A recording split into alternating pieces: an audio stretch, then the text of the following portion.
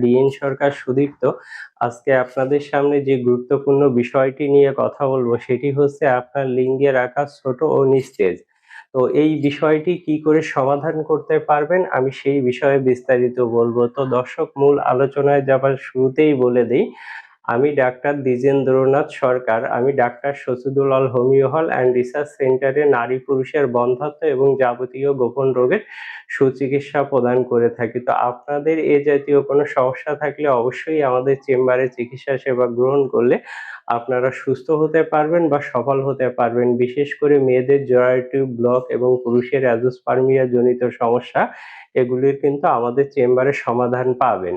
তো অবশ্যই আপনাদের এ জাতীয় সমস্যা থাকলে আমাদের চেম্বারে চিকিৎসা সেবা নিতে পারেন। তো দর্শক, আজকে আমি যে বিষয়টি নিয়ে কথা বলবো, এই বিষয়টি মূলত আমি বহু সংখ্যক দর্শকের অনুরোধে করছি। আমার বহু সংখ্যক দর্শক আমাকে অনুরোধ করেছেন যে স্যার, আমাদের লিঙ্গের আকার আগে স্বাভাবিক ছিল, কিন্তু এখন কোনো কারণে ছোট হয়ে যাচ্ছে বা নিস্তেজ হয়ে যাচ্ছে। এর কারণ কি বা এর চিকিৎসা কি? তো আমি আজকে আপনাদেরকে লিঙ্গ ছোট হয়ে যাবার পেছনে কারণ কি সেটিও বলবো এবং এর চিকিৎসা কি সেটিও বলবো। তো লিঙ্গের আকার সাধারণত বংশগত কারণে ছোট বড় হতে পারে। এটি একটি স্বাভাবিক প্রক্রিয়া। অনেকেরই বংশগত কারণে লিঙ্গের আকার ছোট বা বড় হয়। তবে জীবনযাত্রার মান উন্নয়ন এবং স্বাস্থ্যকর খাবার গ্রহণ না করলে অনেক সময় লিঙ্গের আকার ছোট বা বড় হতে পারে। অবশ্যই এই বিষয়টিকে গুরুত্ব দিয়ে দেখতে হবে। সাধারণত যেসব কারণে লিঙ্গের আকার ছোট হতে পারে তার মধ্যে অন্যতম হচ্ছে, আপনার যদি ওজন বেড়ে যায় সেক্ষেত্রে কিন্তু লিঙ্গের আকার ছোট হতে পারে। দেখবেন যাদের ওজন অনেক বেড়ে গেছে তাদের কিন্তু ডে বাই ডে লিঙ্গের আকার ছোট হতে থাকে। এছাড়া ধরুন আপনি দীর্ঘমেয়াদী ডায়াবেটিসে ভুগছেন, সেক্ষেত্রেও কিন্তু ডে বাই ডে আপনার লিঙ্গের আকার ছোট হয়ে যেতে পারে। এটি কিন্তু একদিনে হয় না, ডে বাই ডে এটা ছোট হয়ে যায়। এরপরে বলবো, আপনি যদি দীর্ঘমেয়াদী লিভার ডিজিজে ভুগে থাকেন সেক্ষেত্রেও কিন্তু ডে বাই ডে আপনার লিঙ্গের আকার ছোট হতে পারে। আপনি যদি দীর্ঘদিন ধরে হার্ট ডিজিজে ভোগেন সেক্ষেত্রেও কিন্তু ডে বাই ডে আপনার লিঙ্গের আকার ছোট হতে পারে এবং নিস্তেজ হতে পারে। তো অবশ্যই এই বিষয়ে আপনাদেরকে সচেতন হতে হবে। এরপরে যদি দীর্ঘদিন ধরে আপনার শরীরে কোলেস্টেরল লেভেল বেশি থাকে সেক্ষেত্রেও কিন্তু লিঙ্গের আকার ছোট হতে পারে বা নিস্তেজ হতে পারে। এরপরে বয়স বৃদ্ধিজনিত কারণেও কিন্তু লিঙ্গের আকার ছোট হয় এবং নিস্তেজ হয়। আপনার যদি টেস্টোস্টেরন হরমোনের ঘাটতি থাকে সেক্ষেত্রেও কিন্তু লিঙ্গের আকার ছোট হতে পারে। আপনি যদি অতিরিক্ত মানসিক চাপজনিত কোনো কাজ করেন বা অতিরিক্ত মানসিক চাপে থাকেন সেক্ষেত্রেও একটা পর্যায়ে গিয়ে কিন্তু আপনার লিঙ্গের আকার ছোট হতে পারে বা নিস্তেজ হতে পারে। এরপরে আমি বলবো, যারা অতিরিক্ত হস্তমৈথুন করেন, স্বাভাবিকের বাইরে গিয়ে খুব বেশি পরিমাণে হস্তমৈথুন করেন, তাদের ক্ষেত্রেও কিন্তু লিঙ্গের আকার ছোট হতে পারে।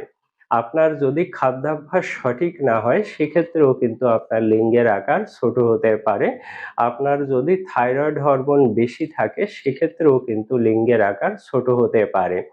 তো দর্শক, আপনার যদি লিঙ্গের আকার ছোট এবং নিস্তেজ হয়ে গিয়ে থাকে সেক্ষেত্রে আমি যে কারণগুলির কথা বললাম সেই কারণগুলির যে কোনো একটি কারণ অবশ্যই আপনার শরীরে বর্তমান থাকা জরুরি। এর যেকোনো একটি কারণ যদি আপনার শরীরে বর্তমান না থাকে সেক্ষেত্রে কিন্তু আপনার লিঙ্গের আকার ছোট বা নিস্তেজ হবে না। তাই আপনার লিঙ্গের আকার ছোট বা নিস্তেজ হলে অবশ্যই আপনাকে এই বিষয়টি গুরুত্ব দিয়ে দেখতে হবে এবং যথাযথ পরীক্ষার মাধ্যমে আপনার রোগটিকে নির্ণয় করতে হবে যে আপনার শরীরে কোন রোগ আছে এবং কোন রোগের কারণেই আপনার লিঙ্গের আকার ছোট এবং নিস্তেজ হয়ে যাচ্ছে। সেই রোগটি নিরাময় করলে আপনারা অবশ্যই লিঙ্গের আকারকে আবার পূর্বের অবস্থায় ফিরিয়ে আনতে পারবেন। তবে রোগটি শনাক্ত করে সেটির যথাযথ চিকিৎসা গ্রহণ প্রয়োজন। পাশাপাশি লিঙ্গের আকার বাড়ানোর কিছু মেডিসিন হয়, সেগুলো ব্যবহার করলে কিন্তু লিঙ্গের আগের যে স্বাভাবিক অবস্থা সেই জায়গায় কিন্তু ফিরে আসতে পারে।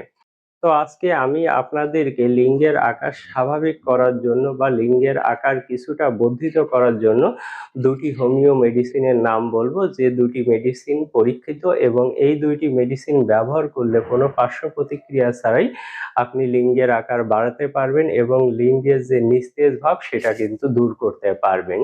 তো মেডিসিন দুটির নাম হচ্ছে লাইকোপোডিয়াম 30 এবং D1 মালিশ।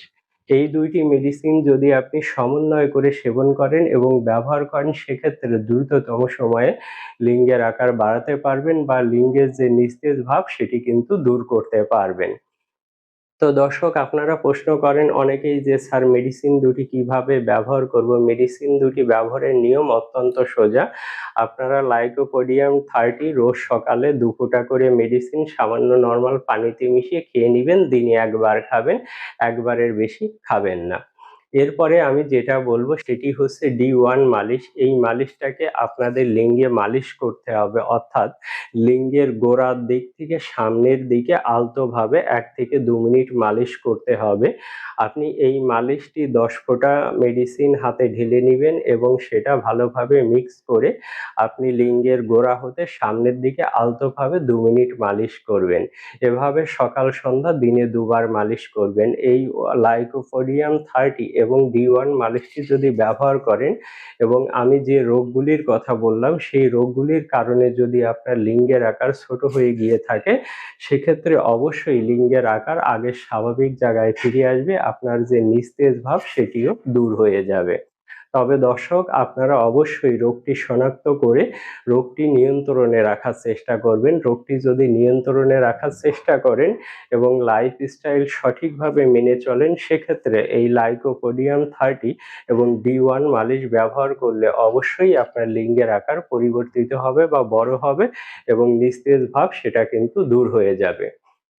তো দর্শক আপনারা আমার আজকের আলোচনাটি শুনে অবশ্যই বুঝতে পারলেন এটা কত গুরুত্বপূর্ণ একটি আলোচনা। অবশ্যই এই ভিডিওটি আপনাদের কাজে আসবে। আপনারা চাইলে এই ভিডিওটি বেশি বেশি মানুষের মাঝে শেয়ার করে মানুষকে দেখার সুযোগ সৃষ্টি করে দিতে পারেন এবং আমার আজকের ভিডিওটি ভালো লাগলে অবশ্যই আমার চ্যানেলটি সাবস্ক্রাইব করে পাশে থাকবেন। আর এই বিষয়ে যে কোনো পরামর্শের জন্য আপনারা আমাকে কল করতে পারেন 01710687950 এই নাম্বারে।